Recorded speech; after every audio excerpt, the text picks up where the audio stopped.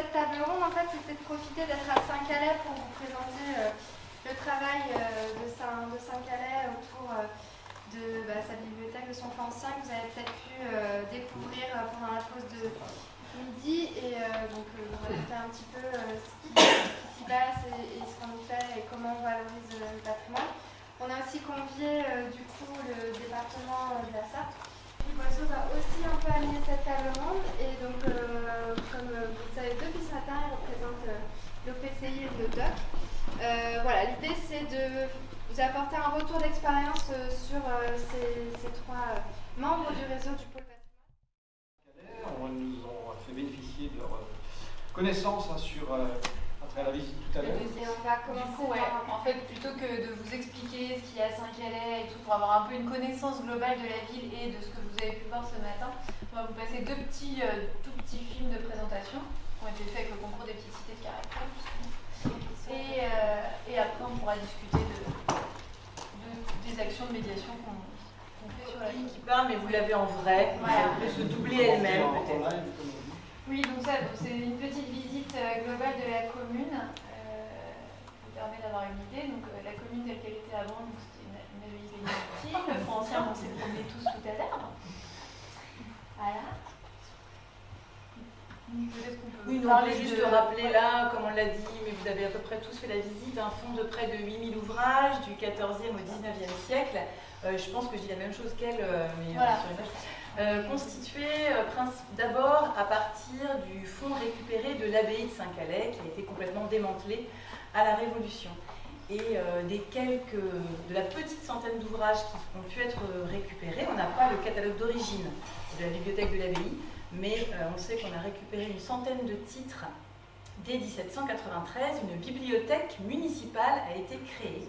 Et en fait, les collections ont augmenté au fil des dons et des legs des érudits et notables locaux.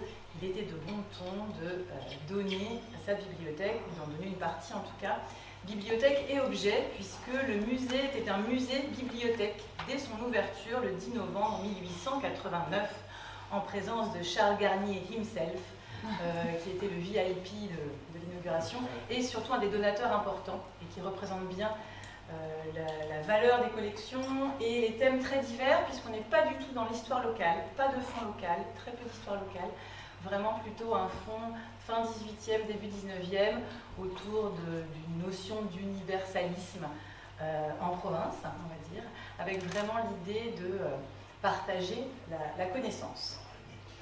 Alors là, on voit un peu plus de patrimoine bâti. Oui, parce qu'on est aussi une petite cité de caractère, comme certains le savent. Donc on a effectivement aussi un riche patrimoine bâti de notre histoire qui fait suite à l'histoire de l'abbaye, puisqu'on a été sous-préfecture après. Et donc on a été doté de nombreuses institutions, comme le tribunal, la mairie, tout un corps gendarmerie, prison, une église complètement, tout à fait remarquable qui vient de terminer sa restauration. Et donc du coup en parallèle du centre culturel, effectivement on a tout le centre ancien de la ville avec les quais, les gloriettes qu'on se doit d'entretenir, restaurer et valoriser aussi à travers des actions de médiation qui peuvent être donc très très diversifiées. On travaille beaucoup avec les scolaires, à la fois ici et à l'extérieur. On a travaillé aussi avec le CAUE de la Sarthe dans le cadre des enfants du patrimoine. La valorisation, donc, on travaille avec des partenaires, donc les petites cités de caractère, le CAUE, on travaille aussi avec le Pays du Perche sartois, qui est un pays d'art et d'histoire, avec qui notamment on propose des classes patrimoine. Voilà, on a créé ces classes patrimoine avec eux, une classe découverte du livre, vraiment classe livre, et donc on accueille plusieurs fois dans l'année les classes de 5e qui sont qui travaillent de manière transversale à travers plusieurs matières, et ils viennent passer 2 jours à Saint-Calais autour du manuscrit, et ils complètent leur semaine avec les fonds anciens de La Ferté-Bernard autour du livre imprimé. Et à la fin de la semaine, donc entre le lundi et le vendredi, les 5e fabriquent leurs propres livres et abordent vraiment différents ateliers. Ici à Saint-Calais, on travaille plutôt autour du manuscrit, donc je disais, et on propose, grâce au Perche Sartois qui fait intervenir des professionnels, un atelier papier, un atelier enluminure, un atelier marbrure, peinture, voilà, papier marbré, et calligraphie. Et donc ils visitent, ils passent vraiment du temps dans le fonds ancien et ensuite ils sont en atelier. Donc nous on a décliné ça, on s'est vraiment inspiré beaucoup de cette classe patrimoine, hein, c'est conséquent, hein, une semaine entière avec tous les professeurs qui interviennent et tous les professionnels. Et nous on décline ça sur des visites un petit peu clés en main pour à peu près tous les niveaux scolaires, pas les maternelles pour l'enluminure, je ne me lancerai jamais là-dedans, toi tu serais capable, mais pas moi. Mais vraiment on propose de faire toujours une visite un peu classique du fonds ancien, mais évidemment il faut sortir un petit peu de ça pour retrouver de l'intérêt et accrocher un peu tous les publics. Et donc on fait des choses très variées, passer par les ateliers pratiques et de pouvoir animer nous-mêmes des ateliers, ça c'est sûr que c'est très important. Là, la dernière visite construite sur mesure qu'on ait proposée spécifiquement dans le fonds ancien, je n'ai pas exploité le musée à ce moment-là, c'était avec des terminales et vraiment sur les nouvelles spécialités qui le proposent. Donc on a reçu les terminales du lycée de la Ferté-Bernard dans la spécialité humanité, littérature et philosophie. Et là vraiment on avait trouvé extraits des collections, les livres à leur montrer et qu'eux pouvaient exploiter après en cours directement. Mais on a fait des choses bien plus variées. Je peux te laisser parler de... Du coup, voilà, avec le tout public, ce qui est un peu plus compliqué quand on sort du cadre scolaire, c'est comment attirer le public vers le patrimoine et l'idée de désacraliser. Il y a encore des gens ici, des habitants de Saint-Calais et d'ailleurs, qui n'osent pas rentrer dans le bâtiment, c'est pas fait pour moi, enfin ça j'imagine que vous le rencontrez aussi dans vos structures. Et nous on voulait vraiment trouver quelque chose qui touche tout le monde et il y a 3 ans, on s'est lancé dans la confection d'escape game. C'est le truc très en vogue, mais à notre échelle. Donc en fait on enfermait les gens dans le fonds ancien. Voilà, vraiment. On restait avec eux en vrai. À partir de l'histoire vraiment d'un donateur, donc en l'occurrence l'amiral Gigot de la Bédolière, qui a fait de nombreuses expéditions, à partir de cette trame-là, on leur a fait faire un réel escape game avec des voix enregistrées, des effets, on a tout essayé. Et l'objectif c'était de trouver comment cet amiral avait fait le naufrage. Et en fait on a touché un public très très différent, un public familial déjà, des ados, beaucoup, un public qu'on avait du mal à capter. Et ça c'est vraiment une animation qui a énormément plu et qu'on a recommencé tellement la demande était importante. Alors moi j'étais pas convaincue parce que du coup, je suis un peu la dame de bibliothèque et d'ailleurs je faisais le fantôme qui fait peur pour ne pas laisser le public seul dans le fond ancien bien sûr, avant que je disputais tout ça. Mais je suis forcée, moi j'étais convaincue. Il faut vraiment que je reconnaisse que ça a vraiment apporté des gens. Alors les gens venaient pour le jeu, mais vraiment nous posaient beaucoup de questions après. On a vu revenir des familles qui après avoir fait l'escape game voulaient faire la visite. Donc ça c'est vraiment tout gagné. Donc ça vraiment c'est une chose qui a fonctionné. On a aussi fait à l'occasion de la nuit des musées, comme le musée est un peu atypique, un peu sous forme de cabinet de curiosité qui peut surprendre, on a aussi fait visite dans le noir, à la lampe torche, avec les enfants, voilà, je vous dis, il y a une patte d'éléphant, est-ce que vous allez la trouver et tout. Et donc ça c'est pareil, c'est des choses qui marchent très très bien en famille. Et ils reviennent visiter le musée 2 jours pour avoir une idée de ce qu'il y a, parce que l'avantage de ce cabinet de curiosité, c'est qu'on peut venir et revenir, on ne verra jamais la même chose, même si les collections sont permanentes. Parce qu'il y aura toujours un petit détail, un petit quelque chose qu'on n'aura pas vu dans une vitrine. Et ça, c'est vraiment quelque chose qui plaît beaucoup. Donc voilà, l'escape game, ça c'est vraiment l'exemple le plus populaire de la façon dont nous, on aimerait ouvrir le patrimoine vers tous. Là, c'est aussi des choses qu'on peut mettre en place parce qu'on le fait nous-mêmes. Oui. C'est important aussi de signaler. Donc, on anime les lieux qui sont en charge. Évidemment, c'est bien aussi de pouvoir faire des choses, accueillir un spectacle. Alors, on a fait des visites théâtralisées, ça c'est vraiment important aussi dans une visite de musée de pouvoir accueillir des artistes. qui s'empare aussi des lieux. Tu as accueilli de la danse contemporaine dans le fonds ancien, des choses qui se décalent un peu mais qui sont vraiment très intéressantes. Et là, avec l'intervention d'autres professionnels, voire des artistes. Ouais. Là, on est vraiment sur la médiation que nous, on fait en tant qu'animatrice de notre lieu. J'ai aussi eu l'occasion de travailler ce qu'on aime. Bien, vous êtes dans un cinéma. Donc le cinéma est exploité toute l'année. Il y a des séances du mardi au dimanche tous les jours. Et on a essayé de créer un lien justement entre le cinéma et musée fonds ancien, donc c'est pas forcément évident, ou alors à travers des films à réessai, donc déjà un public qui est un peu sensibilisé souvent à ce patrimoine. Alors du coup on avait lancé le samedi matin des ateliers ciné-musée avec des projections pour les enfants.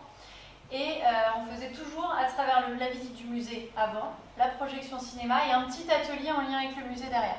Ça c'est pareil, c'est toujours dans l'objectif d'ouvrir au plus grand nombre. Et c'est des choses aussi qui fonctionnent très très bien. Il suffit vraiment d'un tout petit bricolage et ça marche. Et là c'était à partir de 3 ans. Donc vraiment on touchait les tout petits, 3-7 à peu près. L'escape game plutôt les plus grands. Et puis après visiter théâtraliser plus les adultes, ados-adultes. Et pour les tout petits, même si c'est au niveau très local, puisque les petits calaisiens, puis les scolaires calaisiens, quand ils sont venus à 3 ans, il y a une vraie attache et ils reviennent toute leur scolarité. Alors c'est vrai que sortant de 2 ans de crise Covid, ça a un peu arrêté plein de choses et beaucoup de liens justement avec la jeunesse, mais on espère bien pouvoir relancer tout ce genre d'animation, qui sont des valorisations aussi. Mais qui prennent du temps. Oui, par contre c'est très chronophage. Monter un escape game soi-même, je ne sais pas si vous avez des questions. Tu voulais dire un truc? Non, alors moi j'avais une question, enfin je connais la réponse mais c'était pour entretenir le débat.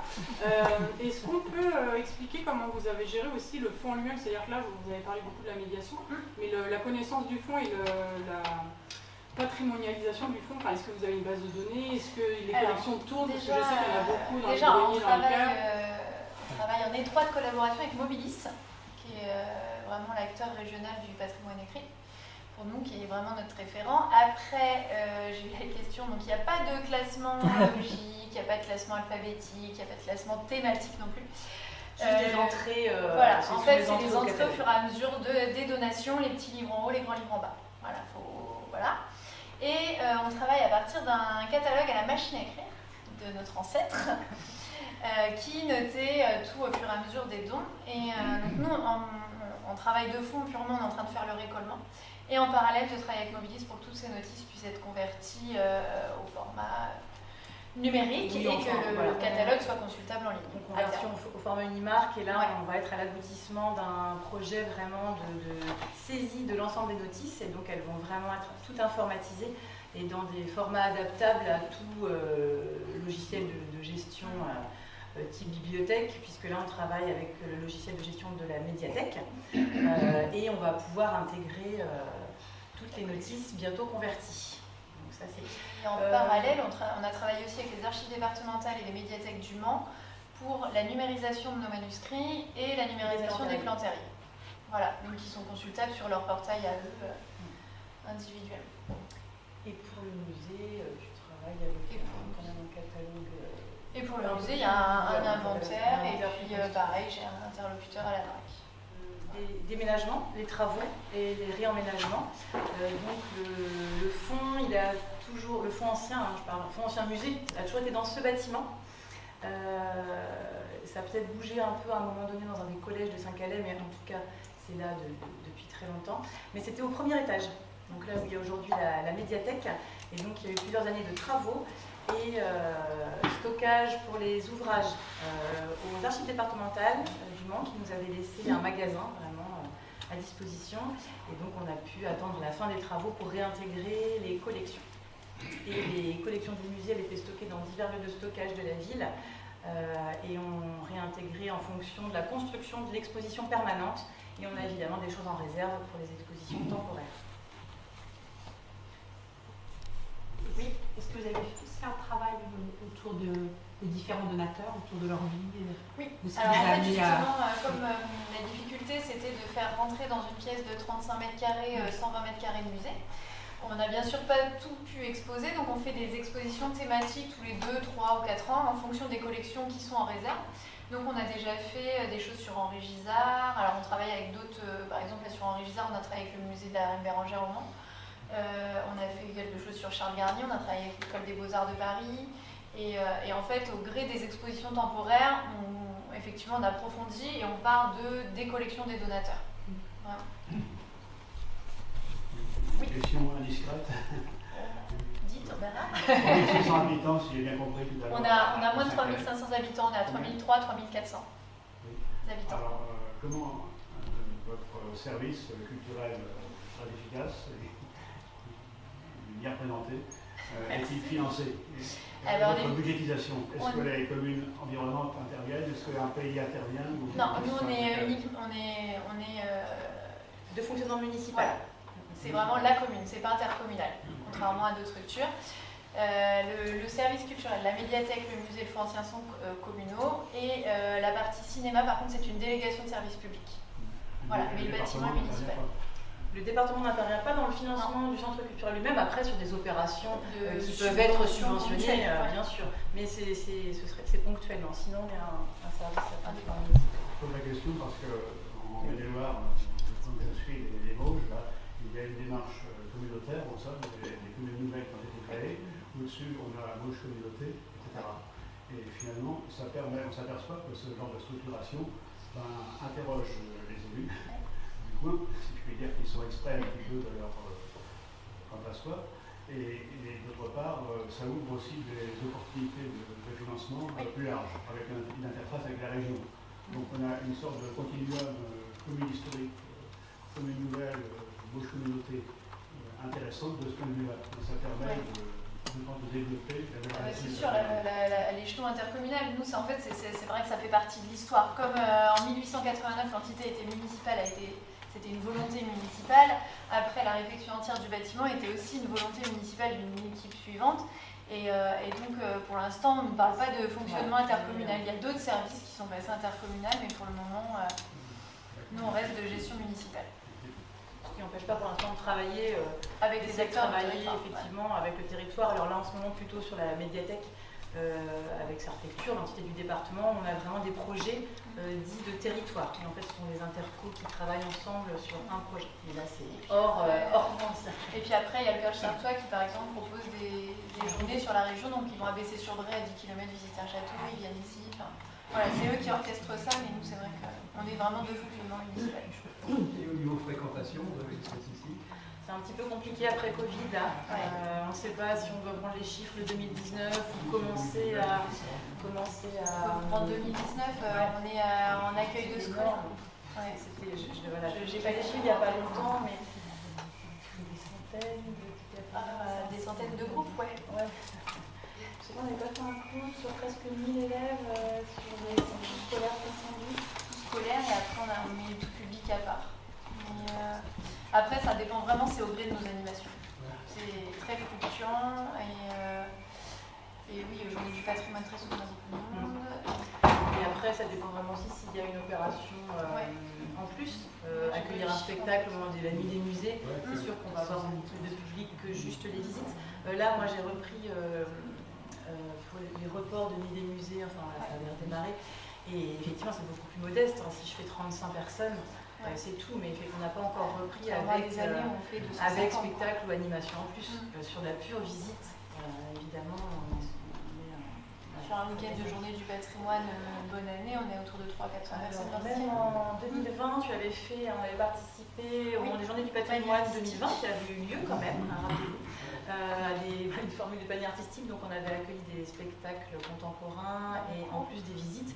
Et là, on a fait plus de 500 personnes par journée des journées du patrimoine. Donc dès qu'on propose quelque chose, les gens répondent. Et nous, on est au bout de la région, mais on a une vraie proximité avec le Loir-et-Cher et la région centre. Et on travaille aussi beaucoup avec eux en fait, parce qu'on est plus près, on est à 3 km du Loir-et-Cher. Et toujours sur la question de la fréquentation, le fait d'avoir plusieurs offres culturelles sur un même site, est-ce que vous observez un croisement du public ou bien je pense au cinéma, à la bibliothèque? Ouais, je trouve que ça commence à vraiment voilà, c'est assez bien complémentaire. interconnecté. Et puis nous, on travaille de plus en plus ensemble entre structures. Et donc du coup, on voit que les gens qui ne venaient que au cinéma maintenant viennent aussi à la médiathèque. Et inversement, nos usagers de médiathèque simplement, si viennent le mercredi, ils en profitent pour refaire un tour du musée. On en discutait tout à l'heure au moment du repas avec les autres participants de cette arrivée des tiers-lieux. Et on a presque ici envie de dire que c'en est un sans un. Ça peut être vécu comme ça. Enfin, nous, en Après, tout cas, on se le veut vit comme être, centre culturel. On essaye vraiment de créer cette une entité entité-là. et pas, on n'est pas une médiathèque ou un cinéma, on est un centre culturel dans sa globalité en fait. Non, mais c'est très intéressant. Merci beaucoup de votre enthousiasme et de vos compétences aussi. On a ici un riche patrimoine architectural, on a une richesse aussi dans les fonds que vous avez présentés, et puis un enthousiasme et des idées nouvelles qui sont inspirantes. Tout ce qui nous manque, c'est du temps, avoir des journées de 48 heures, et vivre pendant 120 ans. Alors on peut aussi noter les moyens qui sont alloués par la municipalité pour animer ce lieu à travers votre présence, vos emplois, le personnel, bien sûr. C'est par exemple On est 5 médiathèques services culturels, plus 2 agents au cinéma, plus un conseiller numérique. Voilà. Un choix politique qui est effectivement à noter pour une commune de 3500 habitants. Très bien. Élargi au département de la Sarthe avec donc le conseil départemental et son service tourisme. Pardon. Stéphane Berger représente le département, elle va se présenter. Et donc elle va nous présenter le programme Sarthe Musée dédié à des musées thématiques qui ont été constitués à partir de collections privées, de collectionneurs passionnés, et avec les problématiques que cela pose aujourd'hui. Je suis arrivée au département de la Sarthe en février, au service patrimoine et tourisme. Bertrand Séché s'excuse, je crois, il est prévu d'être présent, il n'est pas là cet après-midi. Il faut noter aussi que dans le département de la Sarthe, vous ne disposez pas de conservation départementale. Je crois avoir compris ça par Bertrand Séché. Si des gens du département peuvent le confirmer, ça c'est pas important. Pardon ? Oui, il y a le CAE. Il y a le CAE, bien entendu. C'est la conservation du patrimoine. Voilà. On va constater que pour un département, un conseil départemental, l'absence d'une conservation doit être problématique, donc il faut aller chercher de la notion de la compétence. Et on en parlait tout à l'heure avec Kyriaki, il y a des organismes qui peuvent pallier, mais non. C'est à nous souligner qu'en Sarthe, on a ce cas de figure. Il a été lancé officiellement en 2021, donc c'est un réseau d'initiatives départementales qui vise à réunir les musées sartois. Alors en fait, il a été lancé officiellement en 2021, mais il découle d'un travail un peu plus ancien qui a débuté de 2017-2018, où il y a eu toute une étude lancée sur les musées sartois, où la quasi-totalité des musées ont été visités. Il y a eu des entretiens avec les personnes qui se chargeaient de ces musées-là pour faire un état des lieux en fait, de l'état, de la présence des musées, leur répartition sur le territoire, comment ils se portent, quelles sont les problématiques qu'on rencontre dans ces musées-là, sachant qu'un des constats qui est revenu assez souvent, c'était qu'en Sarthe, il n'y a pas beaucoup de musées dans les villes, mais c'est plutôt des musées qui vont être ruraux, dans des territoires un peu reculés. Et donc, une fois que cette étude avait été faite, une liste de quelques musées a été, une dizaine de musées aujourd'hui. Des musées ont été retenus selon plusieurs problématiques différentes. Et le but est de les réunir en réseau. Ce n'est pas une liste qui est figée aujourd'hui. Les musées qui font partie du réseau peuvent sortir et d'autres peuvent être intégrés. Le but est donc de créer un réseau pour accompagner les différents sites. Alors je dis musées pour généraliser, mais on a vraiment des musées purs et durs, entre guillemets, où on présente une collection, mais il y a aussi des centres d'interprétation. Il y a aussi la fonderie d'Antoine qui va en faire partie, donc des sites plus industriels, qui sont sur qui touchent au patrimoine industriel. On a le site Le Corbusier, qui est plus dans le nord, donc là qui est plus un centre d'interprétation de l'art contemporain. Donc voilà, on a plusieurs types de lieux culturels. On est un peu sur le terme des musées. Je peux notifier la présence de M. Nicolas du musée du chemin de fer. Oui. Ce mur en vallon. Oui, c'est ça. Ce mur en vallon, voilà. Et votre collègue peut-être La retombe ferroviaire. La répartition des musées qui ont été retenus, juste une dizaine. Il manque d'ailleurs la fonderie. Il manque la fonderie sur cette carte. Juste au-dessus du. Donc voilà, ces musées, il n'y a pas eu de. Enfin, on voit quand même qu'il y a plus de musées au nord qu'au sud qui ont été sélectionnés. Ça n'a pas du tout été une sélection géographique. On n'a pas cherché à les répartir. Voilà. C'est plus vraiment sur les questions, les problématiques et les musées qui présentaient, pour l'instant, ceux qui ont été retenus, à part 3 d'entre eux, Manoir de la Cour, le musée de la faïence et de la céramique de Le Malicorne et Carmuta, la maison de l'homme, n'ont pas du tout les mêmes problématiques que les autres. Mais la plupart, les autres, ceux qui ont été retenus présentaient des problématiques assez urgentes dans leur traitement sur différents sujets. Donc voilà, le but c'est comme c'est écrit, ça va être de pérenniser, dans la plupart des sites, le but ça va être de pérenniser les collections et la connaissance que l'on a sur ces collections ou les sites qui sont mis en avant. Ce qui ressortait aussi énormément, c'était le manque de moyens humains. Donc ça, je pense que c'est le cas dans beaucoup de structures du patrimoine ou de la culture, hein, malheureusement. Et donc là, ces sites en souffrent beaucoup. Il y a une grande difficulté à mettre en avant leur structure. C'est souvent des sites qui sont très riches au niveau de la connaissance, au niveau de belles personnes ressources à l'intérieur, de très belles collections. Mais malheureusement, ces sites ont du mal à être mis en avant parfois par leur territoire, ou même eux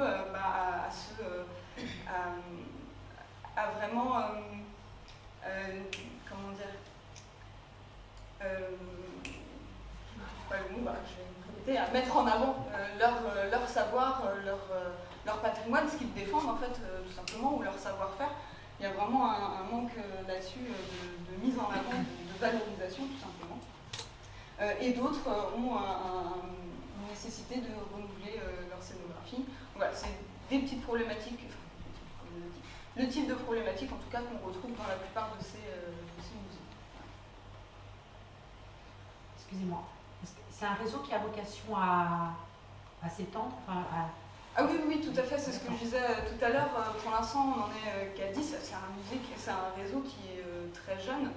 Les actions sont encore on pourrait dire très douces.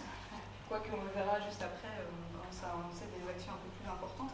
Mais non, c'est pas du tout figé. Comme je le disais, certains musées, s'ils n'en ressentent plus le besoin, si on a réussi à les accompagner là où ils veulent aller, peuvent quitter le réseau, sachant qu'il n'y a pas d'adhésion, si vous voulez, ils font partie du réseau, mais c'est pas du tout figé.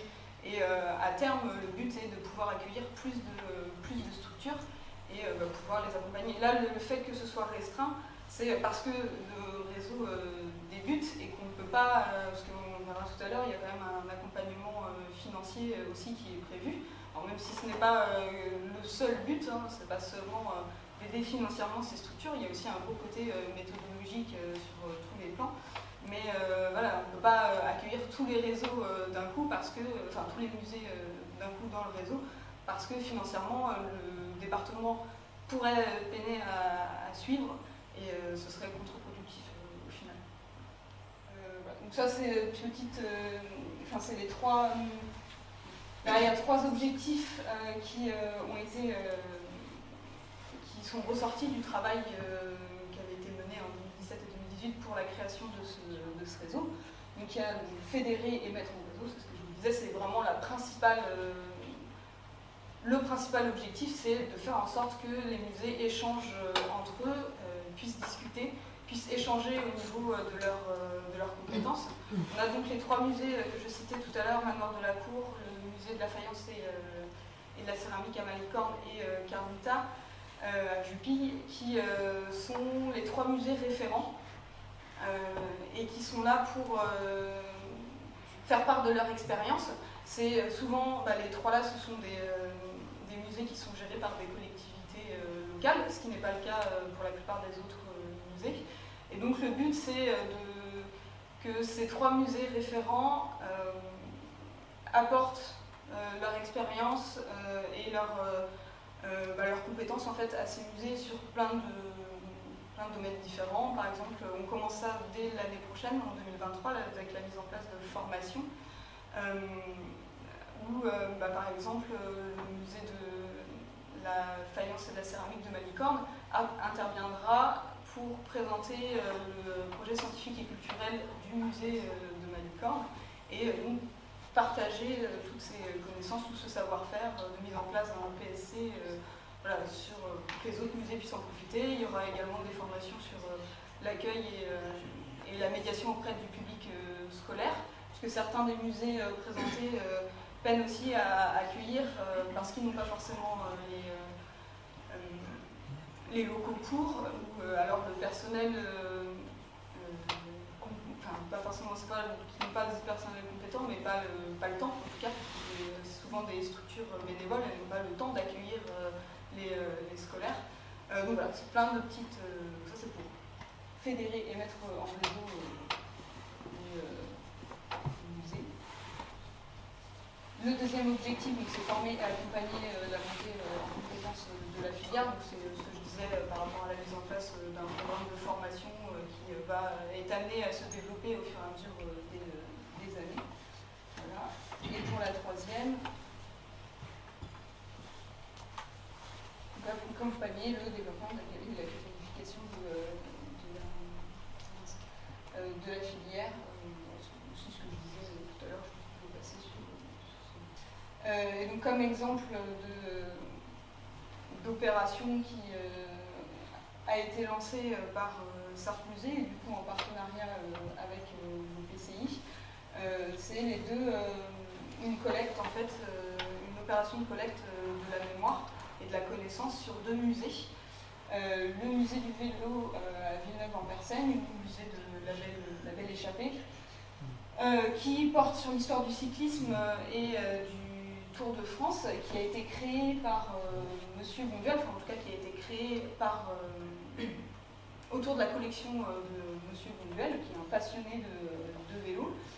Et le second, c'est le musée Roger Bellon, qui se trouve à Cluny, et qui porte sur la Seconde Guerre mondiale, et donc qui a été créé par Monsieur Bellon, autour des collections qu'il avait pu réunir, souvent grâce à des dons diverses personnes.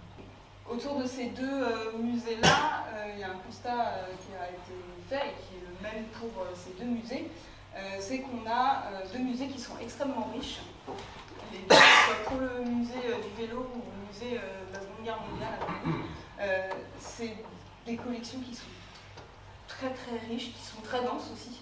C'est des musées qui sont bien remplis. Mais malheureusement, il y a ces musées ne sont que très peu connus, que très peu reconnus. Leurs territoires eux-mêmes parfois ont du mal à se rendre compte de la richesse qu'ils ont sur leur lieu et du coup d'en faire profiter leurs habitants. Ça c'est le premier constat. Et le second, c'est que les 2 fondateurs de ces musées, M. Bonduel et M. Bellon, ont un âge assez avancé et malheureusement, comme toute personne ici présente, on n'est pas éternel. Et le souci, c'est que ce sont bien souvent les seuls, ou alors avec 1 ou 2 personnes qui gravitent autour, ce sont bien souvent les seuls à avoir la connaissance globale de leur collection. Et ce qui pose forcément la question, le jour où ils disparaissent, que deviennent ces musées, que deviennent leurs collections, qu'est-ce qu'on en fait. Le but étant, en théorie, de ne pas fermer les musées, c'est ce qu'on disait tout à l'heure. Malheureusement, ça arrive. Mais là, justement, le but de ces deux opérations-là est de faire en sorte de pouvoir pérenniser la connaissance, pérenniser la connaissance sur les collections, et du coup, la valoriser aussi derrière et faire en sorte que ces musées puissent revivre. Voilà. Merci Tiffaine. Je ne sais pas si vous êtes je suis Céline Moron, la responsable du musée d'Athénée céramique à Manicor. Donc, quand ce réseau Sartu Musée a été créé, c'était aussi de mutualiser les moyens. Oui. Donc, les moyens à la fois, bien sûr, au niveau des compétences, donc les pouvoirs que les uns et les autres puissent apporter. Donc, au niveau des compétences, nous, ici à Manicor, nous sommes plutôt inscrits sur les compétences plus scientifiques, en effet, le TSC. Donc, ou encore, on pourra intervenir sur la partie médiation, et d'autres musées. Maintenant de la cour aussi pourrait intervenir sur des aspects plus scientifiques en fonction des thématiques qui pourraient leur être demandées. Et aussi, en fait, pourquoi on s'y inscrit, c'était pour développer la communication et la visibilité. Donc c'est vrai qu'il y a très peu de musées en Sarthe, on se connaît bien les uns les autres, même si on n'a pas le temps de se déplacer chez les uns et chez les autres, mais on n'arrive pas en fait à communiquer vers l'extérieur. Donc souvent on se retrouve isolé. Donc en effet, Tiffaine, vous disiez, on est des musées on est ruraux, donc dans des petits villages aussi, et on a du mal à être visible de l'extérieur. C'est pourquoi aussi nous-mêmes, le musée à Manicor, on s'y est inscrit. On est bien sûr visible dans les réseaux musées et musées de France, puisque Manicor est musée de France, mais on n'est pas suffisamment visible au niveau du grand public, en fait, sur ces musées qui sont très thématisés, très thématiques, où des personnes se disent, du coup, non, c'est pas un musée pour moi, du coup, on a envie justement de dire que ces musées sont accessibles à la portée de tous. On met en place des actions de valorisation, de médiation, d'animation, ici à Saint-Calais, donc on met plein de choses en place, mais on manque de visibilité pour être plus attractif vis-à-vis de l'extérieur. Donc c'est vrai que nous on attendait aussi à la création de ce réseau musée, au niveau de la communication, il n'y a pas de conservation départementale en effet au niveau du département, comme l'a pu rappeler tout à l'heure, il a été rappelé tout à l'heure, contrairement en fait à la conservation départementale, souvent qui est prise en exemple par très bien chez nous, du Maine-et-Loire, notamment surtout en termes d'objets arboricolatifs et archéologiques. Voilà, donc là, nous, ce qu'on attend, c'est que ce réseau en fait se développe davantage et d'avoir une communication beaucoup plus importante que peut l'être actuellement sur le département de la Sarthe, alors qu'il y a très peu de musées. Et on attend aussi à ce que les musées du Mans, donc nous on travaille à Manicor avec les musées du Mans, puissent se raccrocher aussi à ce réseau-là pour justement permettre de donner aussi propulser en fait, on va dire, se propulser au niveau de l'extérieur. Alors au niveau de la communication, du coup, pour rebondir, c'est vrai que c'est une grosse part aussi du réseau Sarthe Musée. Pour le moment, c'est assez light encore sur ce domaine-là, ça tend à se développer. L'année dernière, il y avait juste une petite campagne de partage des différents musées sur les réseaux sociaux du département. Cette année, on a été obligé de reprendre cette formule-là, mais on va la compléter. Alors, il y a déjà eu... l'année dernière, c'était pendant l'été, une semaine, un musée qui était présenté et mis en avant. Ce dispositif-là a été repris et remis en place cette année, entre mai et juin. Et cet été, du coup, il y aura 2 petites vidéos qui seront mises en place pour, là ce sera sous forme d'infographie, pour mettre encore en avant différemment les 10 musées du réseau sartois. Mais ça reste encore très peu au final, puisque pour l'instant, c'est simplement sur les réseaux sociaux et sur le site internet du département de la Sarthe. Donc normalement, c'est censé se développer à partir de 2023. Là, comme je vous dis, les 2 vidéos qui sont faites, c'est 2 vidéos pour 10 musées, donc c'est 2 petites vidéos coupées en 2 encore, là c'est très très succinct. Et normalement, à partir de l'année prochaine, ce sera une vidéo par musée qui permettra de les mettre plus individuellement en avant, plus mettre en avant leurs actions. Et ça passera normalement aussi par la mise en place d'une brochure qui regroupera ces 10 musées et les animations qu'ils font pendant toute la saison culturelle. Alors, une des problématiques que l'on a, c'est que certains de ces musées ont une grosse programmation culturelle et d'autres ont quasiment pas du tout, à part quelques événements, notamment les événements participés aux journées du patrimoine, journée européenne du patrimoine, et parfois c'est leur seule animation. En fait, en dehors des horaires d'ouverture et des visites guidées, la seule animation vraiment présente, ça va être les JEP. Ce qui pose aussi un souci au niveau de la mise en avant. C'est-à-dire que certains musées vont être énormément mis en avant parce qu'ils font beaucoup d'animation et d'autres beaucoup moins. Donc voilà, ça va être des problématiques sur lesquelles il va falloir qu'on travaille de manière à ce qu'on puisse communiquer de la même manière et sans favoriser, sans le vouloir en fait, tout simplement, mais sans favoriser certains musées. Et vous n'avez pas identifié de questions autour des réserves des musées? Alors si, il y en a, il y avait cette question-là. Après, comme je vous l'ai dit, j'ai pas tout le détail de pourquoi telle problématique n'a pas été mise en avant et pas été mise en première ligne, on va dire. Là, les réserves, ça a été, je sais que ça a été évoqué pour pas mal de musées, parce que c'est le cas, il y a beaucoup de musées qui ne sont pas pourvus de réserves. Mais là, je crois que vraiment la priorité, c'est au-delà de la conservation dans des réserves, c'était clairement la connaissance des collections sur la connaissance sur ces collections, sachant que là, on vous montre juste le musée du vélo et le musée de la Seconde Guerre à Cougny, qui font l'objet de cette campagne de collecte de la mémoire, mais les autres musées, la plupart des autres musées qui font partie du réseau ont aussi cette problématique-là et qui est, je pense, vraiment une des questions prioritaires. Même si on peut se dire que c'est bien beau de collecter la mémoire sur une collection pour renforcer la connaissance, mais si derrière on n'a pas les réserves pour stocker dans les bonnes conditions les collections,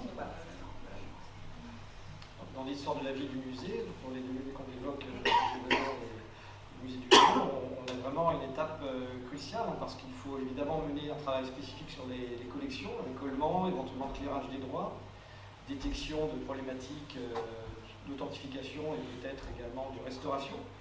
Là, ce sont des métiers très particuliers de notre chaîne patrimoniale. Il y a un travail de ce diagnostic qu'on doit poser, doit permettre aussi d'évaluer le niveau de documentation des objets. Documentation qu'on va aller chercher en recueillant le témoignage de ces collectionneurs. Et ce n'est pas suffisant non plus, hein, parce que notre travail va être aussi d'évaluer le niveau de fiabilité, on va dire, de cette mémoire orale. C'est un matériau comme un document écrit ou autre qu'il faut croiser avec votre source pour, à un moment, produire une connaissance vraiment précise et indiscutable sur l'objet.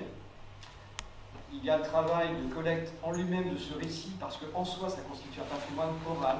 Ces gens qui ont constitué, il y a des dizaines d'années, cette collection, qu'est-ce qui les a motivés, qu'est-ce qui les a conduits à obtenir de leur territoire la création d'un musée, qu'est-ce qui les amène encore aujourd'hui à être investis, tous les deux, dans l'accueil du public et la médiation.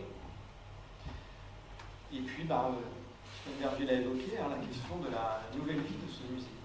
Quid de la suite? Comment intéresser? On a eu de bons exemples tout à l'heure, visite de nuit, la torche, pourquoi pas. Et au-delà de ça, voilà, avant d'aborder cette phase, il y a un questionnement qui va être également nourri par ce travail auprès des témoins. Et donc c'est ma collègue Marjorie Ruggieri qui va être en contact sur le terrain et auprès de M. Bellon et M. Bonduel dès lundi prochain d'ailleurs à Villeneuve. Je disais un peu ça parce que vous avez parlé de scénographie. Et en fait, j'ai eu l'exemple d'un petit musée dans l'Atlantique, là, où du fait de ne pas disposer de réserve, tout était en exposition. Et du coup, avec une scénographie, bon, pas très...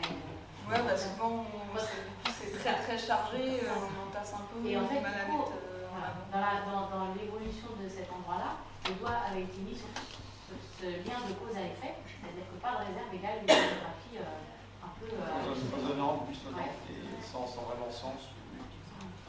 Francis ou Philippe, il y avait une question avant de madame du CAE. Vous avez levé la main, je me permets.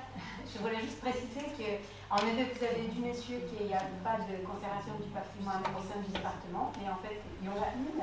Mais cette mission a été effectuée avant au département et depuis 2013 a été transférée au SAE de la Sarthe. Donc voilà, on quand même continue, on fait des actions liées au patrimoine mobilier, notamment. Par exemple, cette exposition que vous avez peut-être vue à l'abbaye de l'Épau, et surtout la restauration, la protection et la valorisation du patrimoine mobilier. Voilà, donc maintenant, nous, on est, d'ailleurs, je suis partie avec un collègue qui a acheté du patrimoine et qui, lui, s'occupait, quand c'était une femme, justement des dossiers liés au patrimoine non protégé, patrimoine bâti non protégé. Donc voilà, donc on existe, mais au SAE de la Sarthe. Merci beaucoup pour cette précision. Ma collègue, elle aurait aimé venir, mais elle n'a pas pu. Donc on est très intéressé bien sûr par votre pôle, parce qu'on travaille avec beaucoup de collègues conservateurs, restaurateurs, etc. Donc c'est tout à fait intéressant. Voilà, juste une petite. Merci beaucoup, vous êtes un acteur du dispositif. Alors on peut préciser aussi que les archives départementales sont partie prenante, parce que nous sommes en train de mettre en place avec le service un outil, une sorte de plateforme de gestion partagée du traitement du matériau qu'on va recueillir, notamment oral. Il va falloir signaler à chaque étape l'identification d'une collection qui n'a pas été traitée, signaler l'enregistrement de ces collectionneurs, signaler l'état du traitement, puisqu'on va produire un traitement spécifique sur ce matériau de témoignage oral, un séquençage, une documentation, une indexation dans une base de données, signaler le dépôt dans la base de données, puis in fine, les archives signaleront à l'ensemble de la communauté qui va partager cet outil le dépôt à la fin de conservation d'objets, mais aussi de ces témoignages. Je suis surpris. Pourquoi un musée du vélo en Sarthe, alors qu'à l'origine, il y avait une industrie particulière du vélo, ou c'est M. Bonduel qui a créé ce musée? Alors, moi, c'est ce que j'ai appris pendant ces 5 mois, c'est qu'il y a, je sais c'est vous qui me l'avez dit, l'industrie de la... Comment on appelle ça déjà? La rustine. La rustine. À la Charte, ça se voit. La rustine.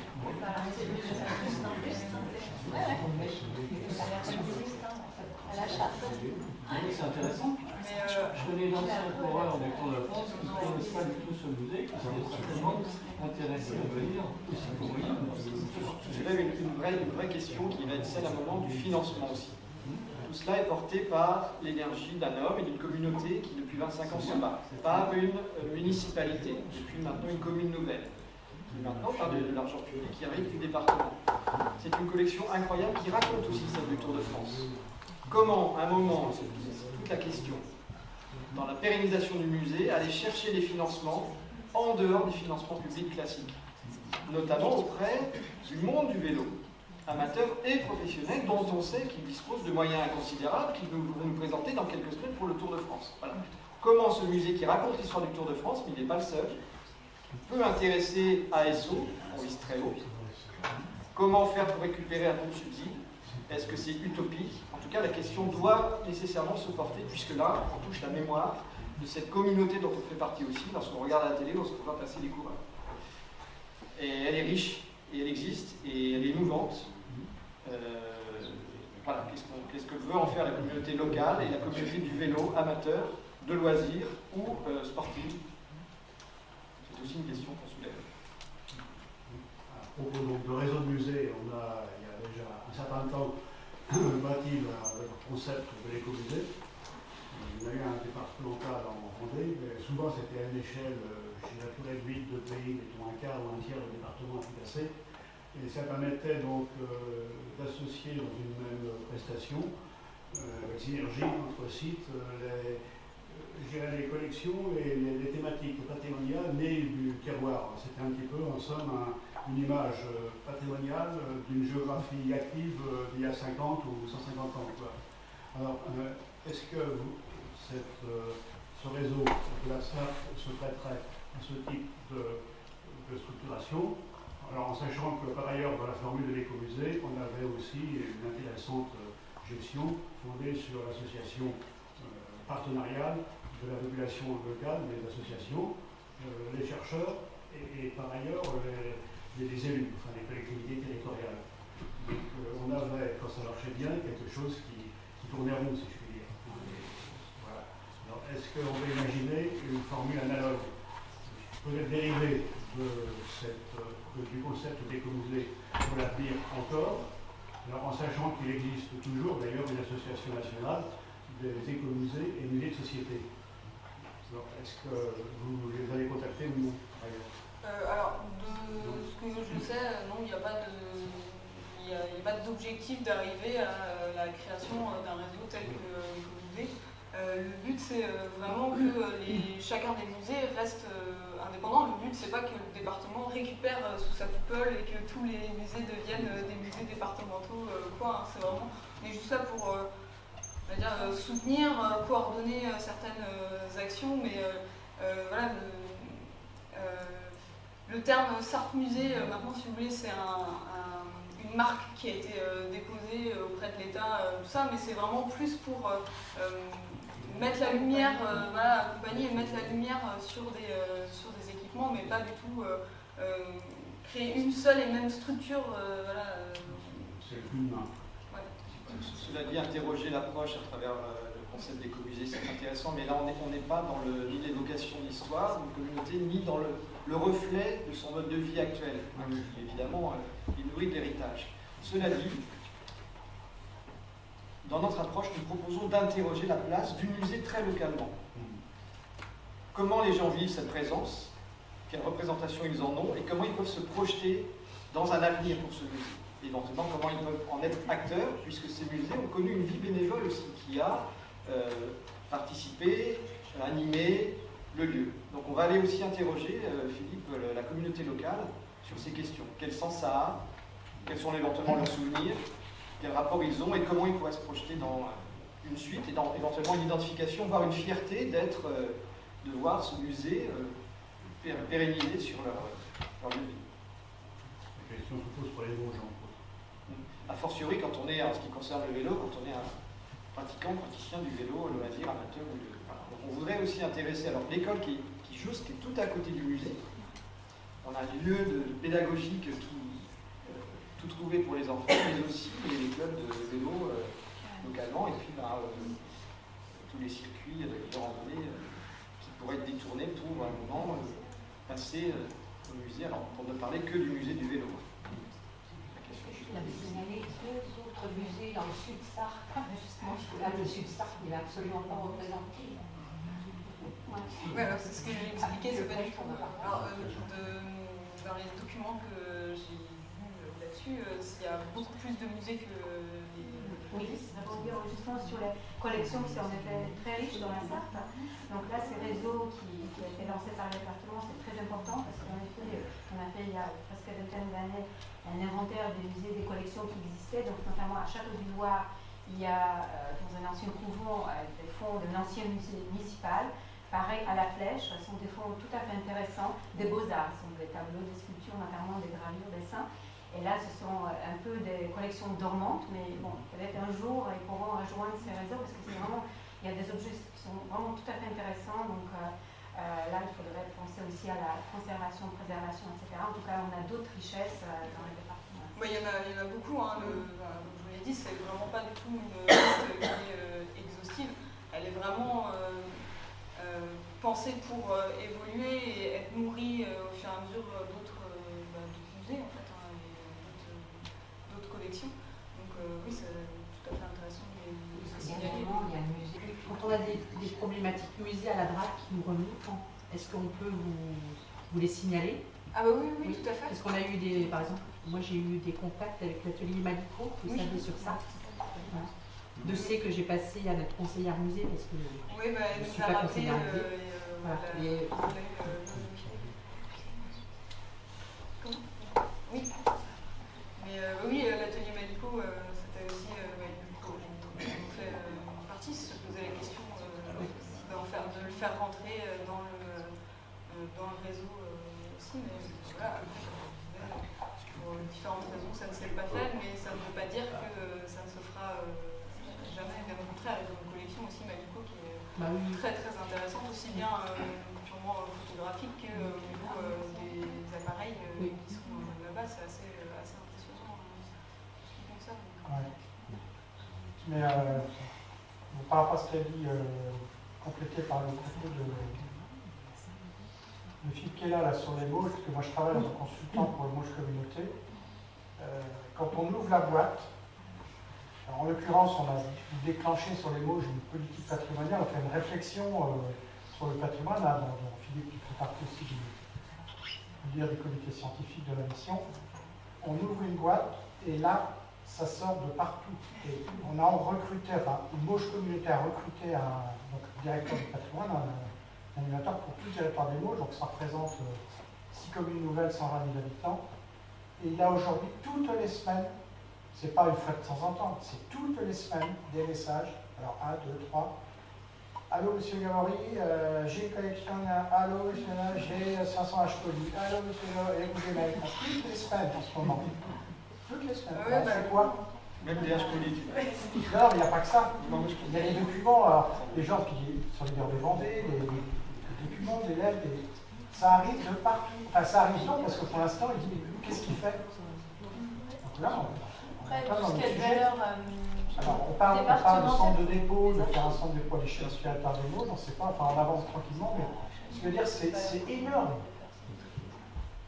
C'est colossal. Mais on a aussi cette problématique-là au département, parce que depuis qu'il y a le réseau musée, on reçoit beaucoup de demandes pour des machines agricoles, par exemple, un des derniers, une collection qui est... c'est pas que c'est inintéressant, bien au contraire, parce qu'ils ont des collections de machines agricoles. En plus, quand on ne s'y connaît pas, c'est encore plus submergent. Mais c'est une machine agricole, donc c'est énorme. Vous savez, à Saumur, il y a le musée des blindés, il y a quand même 800 chars. La moitié n'est pas de marche. Là, il y a un musée des blindés, on peut le comprendre, à Saumur, ça a du sens. Enfin, il faut aussi savoir en parler. C'est pas forcément évident. Donc là, le but, je prends cet exemple-là, on est allé à une réunion et puis ça n'a pas été de dire non, la machine agricole, ça ne nous intéresse pas, puis c'est trop gros, on n'en veut pas. Non, c'est pas ça. Le but, c'est de discuter avec. De base, c'était un privé qui avait cette collection-là. Il n'a pas d'association du tout autour de lui. La commune, elle serait intéressée par ces machines agricoles, mais il y en a une centaine, je crois, donc c'est vraiment énorme. Et on ne peut pas dire à ce monsieur-là, non, vos machines, on s'en fiche, ça ne rentre pas dans un musée. Non, il faut des moyens. Pour résumer, il faut du blé. La guerre. Mais au-delà de ça, il n'y a pas que ça. Ça reste quand même un monsieur qui a travaillé, qui a regroupé toutes ces collections, enfin qui a créé une collection, qui a des connaissances lui aussi. Et ça peut être intéressant. Après, c'est sous quelle forme publique. On ne peut pas faire un musée difficilement faire un musée avec des machines agricoles. Et si on y parvient, comment on les met en valeur, quel est le message aussi qu'on veut faire passer. Enfin, il y a plein de questionnements qui viennent, mais c'est vrai qu'on a de plus en plus de demandes du coup avec certains musées. Et c'est plutôt intéressant. Ça plutôt intéressant, même si ça soulève des problématiques assez difficiles parfois, mais c'est intéressant. Effectivement, pour rejoindre l'intervention de Christophe, il faut bien un opérateur, et c'est sans doute à l'échelle de la collectivité, qui va être l'interlocuteur, qui va détecter, identifier, qui va ensuite signaler aux différents opérateurs, évidemment aux institutions, mais aussi à des opérateurs qui peuvent être des associations. Je pense à Dastum, spécialisé dans le patrimoine oral, au PSI on en est également. Les cinémathèques ont aussi le rôle dans le traitement des collections audiovisuelles qui peuvent être aussi déposées par les familles, les conservations, etc. Donc, comme tu le dis, Christophe, mais je pense qu'on constate tous les jours, hein, quand on ouvre la boîte, c'est infini, hein, même à l'échelle de nos familles, on le sait bien. La tâche est considérable. Ces collectionneurs-là, ils sont âgés. Ouais, c'est ça. Quand ils avaient 30 ans, ça n'avait pas beaucoup d'importance. Il y a des centres d'archives, on a eu l'exemple de la MHT du CHT ce matin également sur hier, Paysanne, les archives départementales évidemment, bien entendu. La question elle est de signaler à qui l'existence de ces fonds qui nous sont indiqués, voire déposés directement par les familles et les associations. Après, je dirais quand même dans les collections, quand on constitue une collection, il faut y voir un intérêt scientifique, donc de préserver ou non l'objet. C'est sûr qu'il faut faire parfois des choix, il faut renoncer. Et après ces choix-là, donc quand on renonce sur certains objets ou pas, c'est de voir est-ce qu'on va les avoir dans un autre lieu, donc est-ce que ça ne fait pas doublon, est-ce que ce même discours, on ne va pas le retrouver dans un autre musée, mais peut-être dans le sud de la France, et de pouvoir comme ça, en fait, constituer une collection, c'est de ne pas multiplier le nombre d'œuvres. Moi je vois bien ici au musée à Manicamp, en fait j'ai régulièrement donc, des personnes qui tiennent, qui ont une valeur affective auprès de l'objet et qui vont venir au musée en disant ah ben, je vous donne l'objet. Et là, du coup, je suis obligée de leur dire non, je ne vais pas prendre l'objet parce qu'il y a déjà donc, dans le musée en fait, donc, cet objet, donc je ne vais pas multiplier, je ne vais pas faire un doublon. Et c'est sûr qu'il faut renoncer, il faut faire des choix, il faut savoir les expliquer aussi donc, aux personnes qui vont vouloir faire un don pour faire un don. Et derrière, il n'y a pas d'intérêt à conserver l'objet. Et d'avoir une multiplication. C'est comme l'homme en fait du néolithique, si on garderait tous les objets, de toute façon voilà, maintenant ça s'est réduit de plus en plus de siècle en siècle, mais si on avait gardé tous les objets qu'il aurait pu utiliser, du coup cumulé jusqu'à 2022, c'est énorme en fait, donc la collection. Donc, on ne se pose pas la question pour les châteaux de la Loire. Après, ce ne sont pas une production ni industrielle, mais bon. Non, mais c'est une problématique qu'on retrouve en milieu rural. Nous, à l'image du cabinet de curiosité, on a des animaux empaillés, donc tous ceux qui veulent se débarrasser des animaux empaillés viennent de part. Et du coup, dans quelle mesure, valeur scientifique, pas. Dernier en date, un renard empaillé, voilà, et on peut pas en fait accueillir tous les animaux empaillés, tous ceux qui veulent payer. On veut pas. Non, on peut pas, on n'a pas la place, et en plus, effectivement, la valeur scientifique, elle est où voilà. Si on a mis celui-là, c'est qu'il y a un lien avec l'histoire de Saint-Calais et d'autres choses. Et, du coup, c'est assez compliqué de dire non aux gens qui sont trop fiers de nous amener la bestiole empaillée. Ils ont ce problème-là. Qui reviennent pour l'avoir exposé et avec ils leur amènent des vieilles roues et tout. On envoie tout à Kiriaki. Au musée du vélo, on leur ramène des vieilles roues pratiquement toutes les semaines, des roues, ils sont obligés de refuser. Et le problème du musée du vélo, c'est qu'il y a quand même 5 ou 6 musées privés du vélo en France. De petits collectionneurs qui ont la même passion et qui ont amassé des objets du vélo et qu'on ne peut pas, voilà. Il faut aussi le mettre en rapport avec au niveau national ce qui se passe pour comprendre pourquoi ces musées marchent ou ne marchent pas. Enfin, la fréquentation, elle peut aussi se comprendre par rapport à des gros musées comme à Nice, il y a un musée du vélo, enfin il y a un musée du sport avec une partie vélo et là où il y a une grosse fréquentation, donc on peut aussi se poser des questions en comparaison. Et surtout, avant que vous parliez des machines agricoles, en fait, on sait très bien que Renault a aussi constitué donc, pareil, une collection. Donc, on sait très bien aussi, vous parlez des objets, des blindés, donc c'est pareil. On sait aussi que le musée national militaire aussi qui se constitue. Et pour moi, ça fait beaucoup en fait d'objets similaires.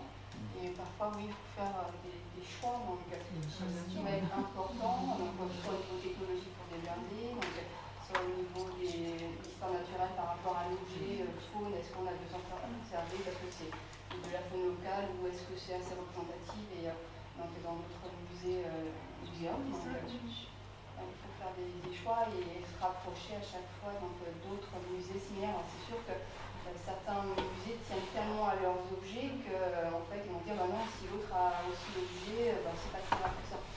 Là, à Manicamp, voilà, on se rapproche en fait, donc, du MUCERN, on se rapproche du musée de Sèvres pour savoir vraiment la pertinence. C'est vrai qu'on est musée de France, alors du coup il y a aussi donc, des commissions scientifiques d'acquisition qui permet aussi derrière de ne pas se sentir tout seul, parce que souvent l'expertise, souvent on est résumé parce que les personnes elles sont assez âgées, à une ou deux personnes, mais quand on arrive à se mettre au niveau national, donc à regrouper différents témoignages, témoignages, c'est sûr qu'après on peut faire facilement des choix sur certains objets. Qui sont lumineux. Je ne sais pas si Philippe, vous avez quelque chose à ajouter. Pourquoi moi? Parce que vous présentez le PCI, vous avez fait des choses, je ne sais pas. Non? Bah. J'ai parlé de non, je ne veux pas m'étendre sur le dossier. J'ai expliqué ce matin les grands métiers de l'OPCI. Je suis un peu intervenu pour compléter précisément sur ce que pouvait être notre action au côté du département. Même vous ayez des questions, mais vous pouvez la parole pour présenter la structure. Sur la discussion qui vient d'avoir lieu, là, je pense qu'on pourra aussi l'élargir au patrimoine bâti.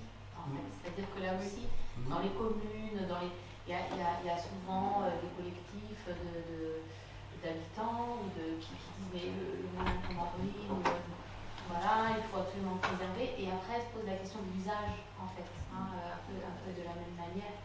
Et on en a discuté un petit peu là au moment du repas. Je pense que ça serait aussi un sujet à explorer au sein du pôle par des connexions ou par d'autres types de rencontres. Mais comment est-ce qu'on fait vivre aussi un lieu patrimonial restauré, remis aux normes, et qu'est-ce qu'on en fait? Parce que du coup, on ne va pas ouvrir des musées partout non plus. Donc, qu'est-ce qu'on fait de tout ça? Et la question vaut aussi pour le patrimoine immatériel, oui, au sens des pratiques locales, des savoir-faire traditionnels, des pratiques festives, sociales. Certaines qui sont un peu datées, qui ont un peu vieilli, d'autres qui sont bien présentes. Vous avez l'exemple du carnaval de Nantes, qu'on est en train d'étudier, dont on est en train de faire un inventaire en ce moment. C'est bien vivant, on le voit. Il y a des pratiques plus confidentielles qui sont, pour lesquelles se posent les mêmes questions que pour un patrimoine archivistique ou mobilier marchand.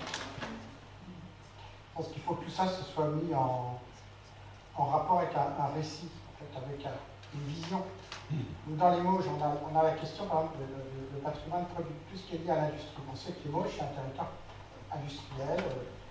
Aujourd'hui encore, c'est un territoire très très actif sur le plan économique. Et alors on dit oui, c'est une guerre de Vendée, ils ont réagi, il a fallu qu'ils se reconstruisent. En réalité, quand on creuse, c'est pas du tout ça. Ça remonte à la nuit des temps, c'est-à-dire que l'histoire productive de ce territoire, et c'est pas du tout connu, pas du tout. Les gens, même localement, quand on parle de Ségora, qui est le plus grand site archéologique du Grand Ouest, ah bon, ça existe, c'est où? Bon, ben voilà, il y avait 10 000 habitants à l'époque de la Romaine. Ah bon, c'est très bien. Et pourquoi? Parce que la route de l'étain, et donc, ce qu'on trouve comme objet, y compris, on en parlait avec Philippe, tout ce qu'on trouve dans la Loire, l'archéologie fluviale, les bateaux, etc., c'est un intérêt en soi, parce que c'est peut-être...